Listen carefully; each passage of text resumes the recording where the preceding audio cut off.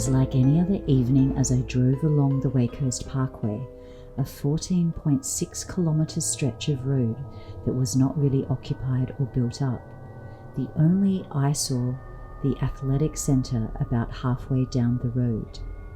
I'd travelled along this very road almost every day, but sometimes I felt something was not right. A sort of creepy, chilling sensation that made the hairs on my arms stand up. Unfortunately though, it was the easiest way to get home after a long day at work, the one with the least amount of traffic. The only lights were those of headlights from cars that dared to journey along with it at night.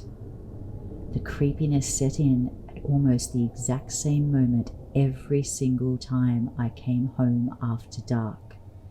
The shadows of the trees as the car headlights moved with the curves in the road made for an eerie appearance. I wish that I could see the taillights of the car in front of me, because if I had, I might not have seen what I did. In the distance, but not that far away, I saw the outline of someone standing by the side of the road. It felt like it was a woman. My anxiety took my adrenaline to the accelerator and my car sped up. But when I got closer, nothing was there. My heart did not stop beating against the cavity of my chest though. What looked like a young woman or teenager, dressed in a flowing white gown, light hair, stark eyes, all shone through the taillights from my car. It gave the illusion that she was stained with blood. Those frightful seconds had me frozen and my car swerved, diverting me back to the stretch of road ahead. I think I actually closed my eyes for a moment though, the fear grappling at me. It couldn't be real, could it? I must have imagined it for sure. I don't think I ever told anyone about that sighting for a very long time, but eventually I did tell someone and they put my mind at ease, because what I never knew was that there had been, and still is, numerous sightings of ghost-like figures on the Wakehurst Parkway.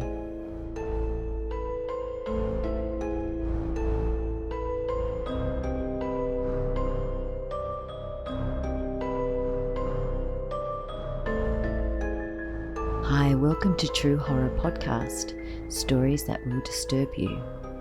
I'm your host, Sun, and for my first episode, I shared with you one of my own horror stories.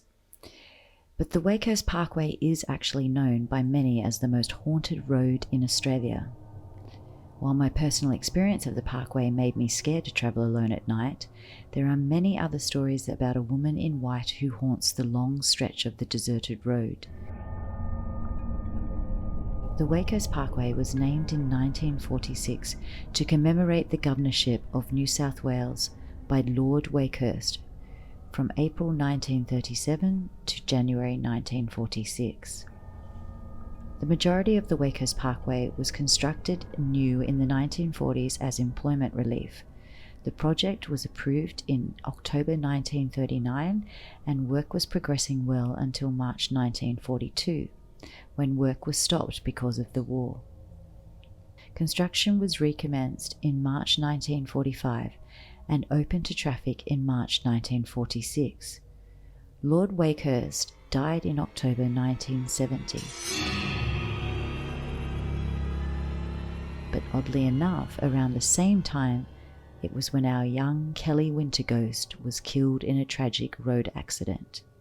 While it's believed that other weird-looking creatures have been seen around the area as far back as the 1960s, the ghost stories are the most prominent and many drivers have reported strange occurrences. The stretch of the Wakehurst Parkway runs along Deep Creek Reserve, which is a site infamous for gruesome slayings but best known for ghost stories about hauntings of a nun and a woman named Kelly.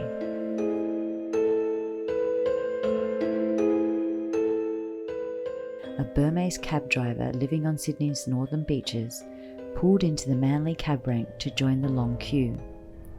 It was late in the evening and the end of his shift. It was a long wait in Manly, so he decided to go to DY hoping that he would get a fare straight away. He was in a good position and got a fare shortly after. Soon he was already dropping off his passengers in French's Forest, but he still had time for one more passenger that, if he was lucky, would be a big fare into the city. Even though he hated it, he knew the quickest and the most direct way was to get a pickup that would bring him along the Wakehurst Parkway. Now, the Parkway was notoriously known for fatal car crashes and murders, but as it was a shortcut that saved time, it was also Halia's preferred way. The road is single lanes both ways, and the biggest appeal to him was that the road was good enough to do over 100 kilometers, even though the speed limit was only 80. The long and scary road has two parts, one between Seaforth and French's Forest, and the other down to North Narrabeen. From the forest to Narrabeen there were no streetlights once you got past the only traffic light intersection at Oxford Falls, where the expansive compound of the Christian City Church is. Not just eerily dark, the road also had a dark history as a dumping ground for the murder victims of Sydney. Just after Halia moved into the area, a jilted lover from the western suburbs brutally murdered his former fiancée and dumped her naked body in the bushes of the Parkway. It was the biggest news of the year, and so notoriously well known that many women refused to drive along the road at night if they were alone in their cars. It was a Friday night, and in the year 2001, Halia was pleased that he got his final fare from the New South Wales Sports Academy, which was the only major building that was situated on the Parkway. It wasn't always open at night, but there must have been some kind of sporting event, he thought. It was almost 1 a.m, and the job was perfect. Happily, he turned on the radio and smiled to himself, and the prospect of earning at least another $80 in the dying hours of the night shift. He turned into the Parkway and had to stop at the Oxford Falls intersection for the rare red light. Normally at that time the place was always deserted, and the lone traffic light was in a permanent state of green unless the pedestrian button was pressed. For some reason though, that night, solely alone in his cab, the light was red. It was almost as if someone had pressed the pedestrian crossing button well before he got there. Waiting patiently, as soon as the light turned green, Halia floored the accelerator. With 180 horsepower under the bonnet, his cab lurched forward and the speedo was pointing at 80 kilometers in a few seconds. Immediately though, he sort of felt like somebody had jumped into the cab and was sitting on the back seat. It was the same feeling he always got whenever a passenger suddenly opened the back door and got inside the cab when he was daydreaming behind the wheel. But that was impossible, as he had no passenger in his cab, and instinctively he eyed the rearview mirror, and what he saw shocked him, and the hairs on the back of his neck prickled him. A cold sweat covered him because what he saw scared him so much he nearly relieved himself. Sitting in the center of the back seat was a grey silhouette of a thin young woman, sort of staring straight back at him. She was in a white gown, and her headdress reminded him of a Christian nun. He couldn't really see her face clearly, but her deep green, sad eyes were staring back at him. The woman was not real, he thought. Halia slammed the brakes hard. His old Falcon sedan shook violently, dangerously veering off to the left, and skidded noisily on the gravel-covered shoulder. The car came to a sudden screeching stop, just before a big gum tree. When he looked into the mirror again, the woman was gone, vanished, into the cold, thin air of the night. The smell of burning rubber from the car's tires and overheating brake pads filled the air, but Halia was more interested in the woman who he'd seen in his taxi. Despite his reputable fear, Halia turned his head around and saw no one in the back of his cab. His chest was pounding fast, with his heart almost in his throat as the blood rushed into his head. Prickly goosebumps ran all over his body, but his mind raced to his Burmese folk stories told to him as a child. In his culture, it was believed that anyone who died of a violent death became a wandering spirit stuck forever in purgatory. If you feel their presence nearby, you will know by having goosebumps all over your body. She was definitely a ghost, and Halia didn't dare to stay there any longer, and he immediately drove off into the darkness. He turned up the radio loud, switched the high beams on, and deliberately refused to look at the cabin mirror again as he accelerated deeper into the bushy darkness of the eerily misty parkway. He picked up his passenger, an athletics coach from Melbourne. The first thing he jokingly said to Halia was, "Looks like you've seen a ghost, mate." Despite being dead right, Halia was not in a chatty mood. Luckily, the coach wanted to experience the smell of the ocean and opted to go along Pittwater Road to the city. Halia was so scared by his experience that he never spoke a word to his passenger during the long trip to the city of Sydney, and that night was the last time he ever drove alone on the Wakehurst Parkway. That incident shook him up so much that he didn't even dare to say to anyone, including his wife and kids, about his ghostly encounter. But the whole thing wouldn't go away that quickly or quietly as he'd wished. It came back to haunt him even further.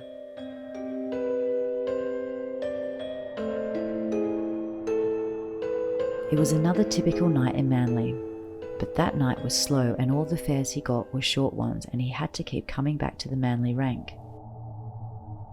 At about 9 p.m, 4 of the goths from the wharf area came up to the rank. One big guy with 3 girls.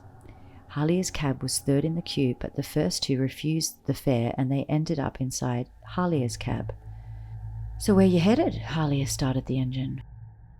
"We're going to Narrabeen, cabby, but we want you to go by Wakehurst Parkway," replied the big boy in the passenger seat. Halia silently sighed, but managed to quickly hide his fear from them.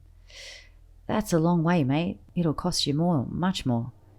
"It's okay, we have money," the girl with the most piercing said. Halia did a U-turn on the wide road and headed in the direction of Warringah Mall. "Can you go through Allambie Heights? It's much quicker," the girl in the cemetery bitch t-shirt ordered from the middle of the back seat. "Shut up, bitch, he knows where he's going." The big boy beside Halia shut his friend up and asked him, "So, what's your name, cabby?" Halia was not usually comfortable telling passengers his real name, so he lied to him. "Jack." "Jack who?" "Jack who." "Wow, I like your name, a very short one, and it sounds good. My name is way too long." "Is your name very long, like Longbottom?" Halia tried to be funny. "Yeah, mate, bingo, that's exactly my name." They both laughed. "Nice to meet you, Jack." "You too, Longbottom." By that time they were almost at French's Forest Road and the parkway was just around the corner. "So, what's the reason for the long detour?" Halia said with curiosity. "Nothing much, I just wanted to show my friends how scary the dark parkway is at night. We were all just talking about the scary dark parkway, and we decided we wanted to take a trip and see if we can spot any ghosts." The boy replied and laughed, but it sent a cold shiver through Halia's spine. "Yeah, maybe that nun will hitch a ride with us, provided you are not bullshitting us all along." "Have you ever heard of that legend, Jack?" the boy asked Halia, but he was so gripped with his own fear about that night he decided to play dumb. "No, can't say I have." "Yeah, mate, a visiting nun from Scotland was run over at the intersection where the church is, about 30 or 40 years ago. You know, there was another church well before the Christian City Church. She's been hitchhiking the passing cars since." As Halia listened to him go on, ahead of him were the same set of lights that had changed his life a few months before. The night he'd seen the green-eyed ghost. Without any thought, Halia opened his mouth and asked, "Does this ghost have green eyes?" Halia knew he would immediately regret opening up to this group of strangers. All 4 of them were gobsmacked and staring at Halia.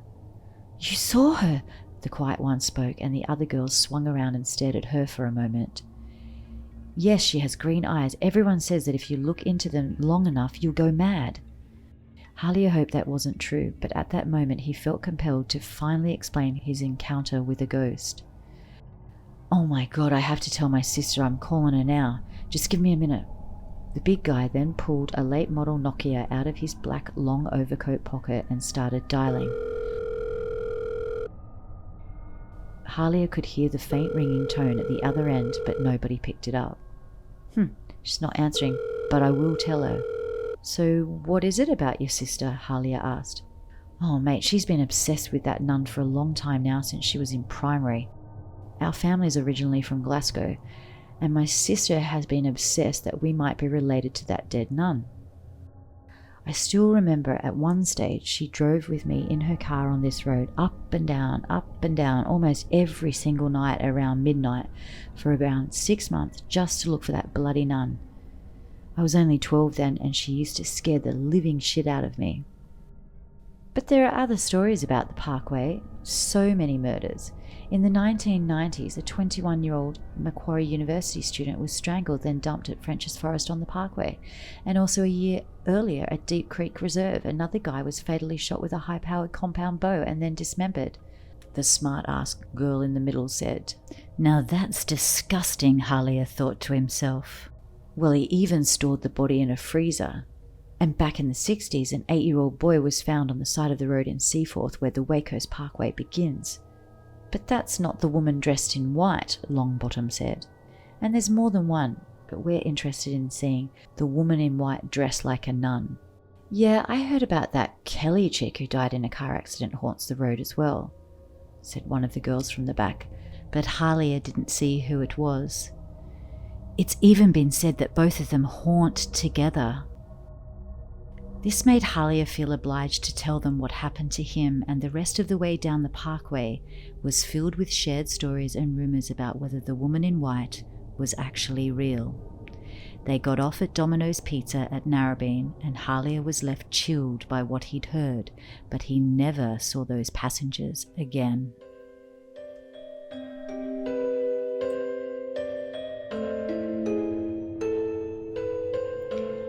For a long time, Halia was spooked that his ghost sighting of the woman in white may just have been real.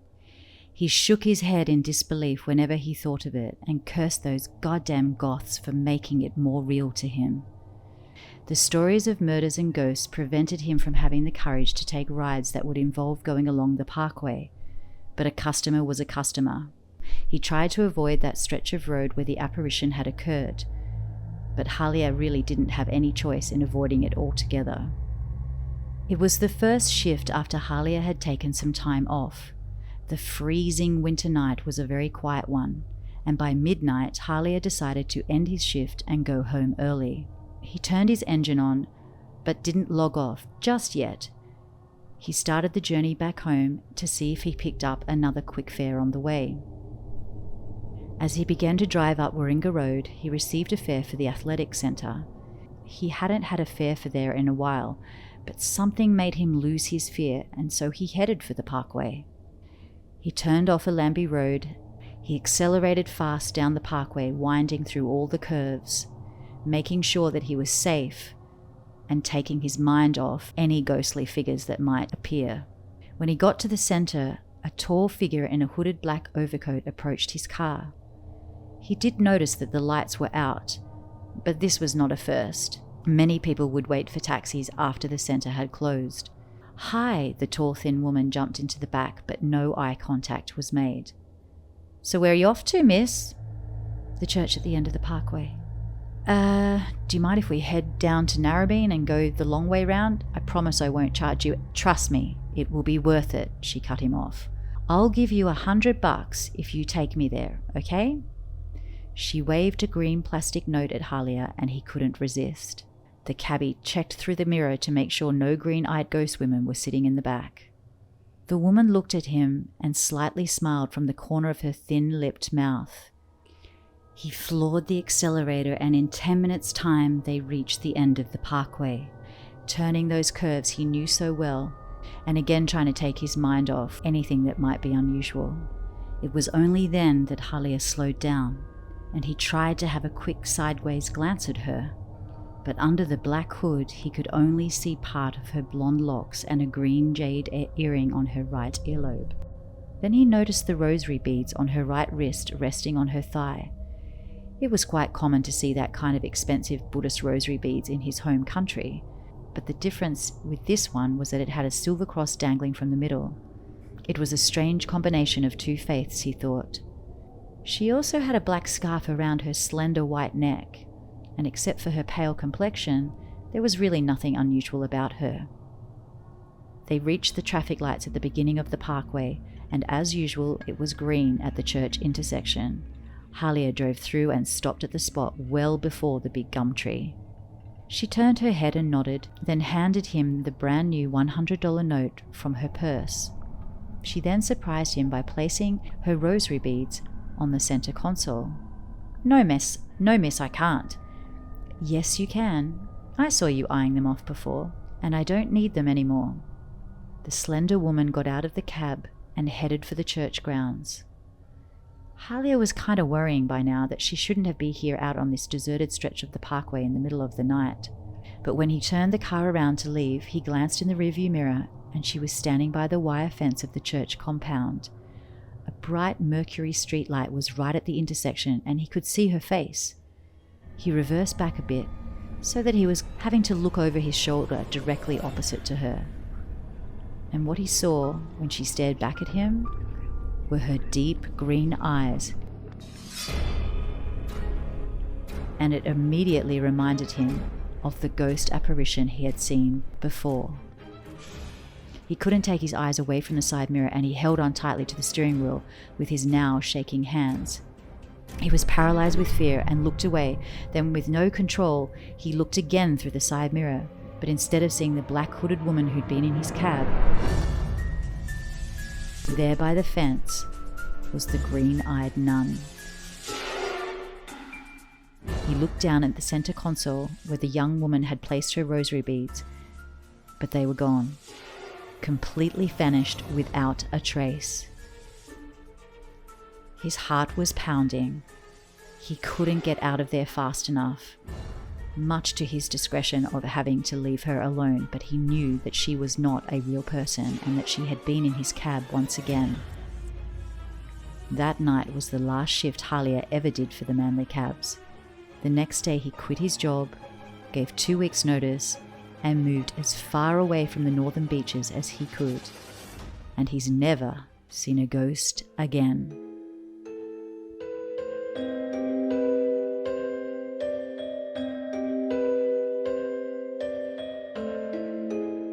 From a phantom green-eyed nun to a mystery woman wearing white, the tales surrounding Sydney's Waikhurst Parkway are the stuff of nightmares. Do you dare to travel alone on this stretch of road at night, or any stretch of road that is deserted and dark? In the show notes, I will leave for you information where you can decide, was this true horror story real or not? While you're there, you know what to do, that 5-star review. Or you can swing by YouTube to comment and like. Now, if you want to get more personal and scare me with your tales of horrors, take a ride on the wild side and share them on my subreddit, True Horror Podcast. Until next time, remember that sometimes things you see in the shadows are more than just shadows.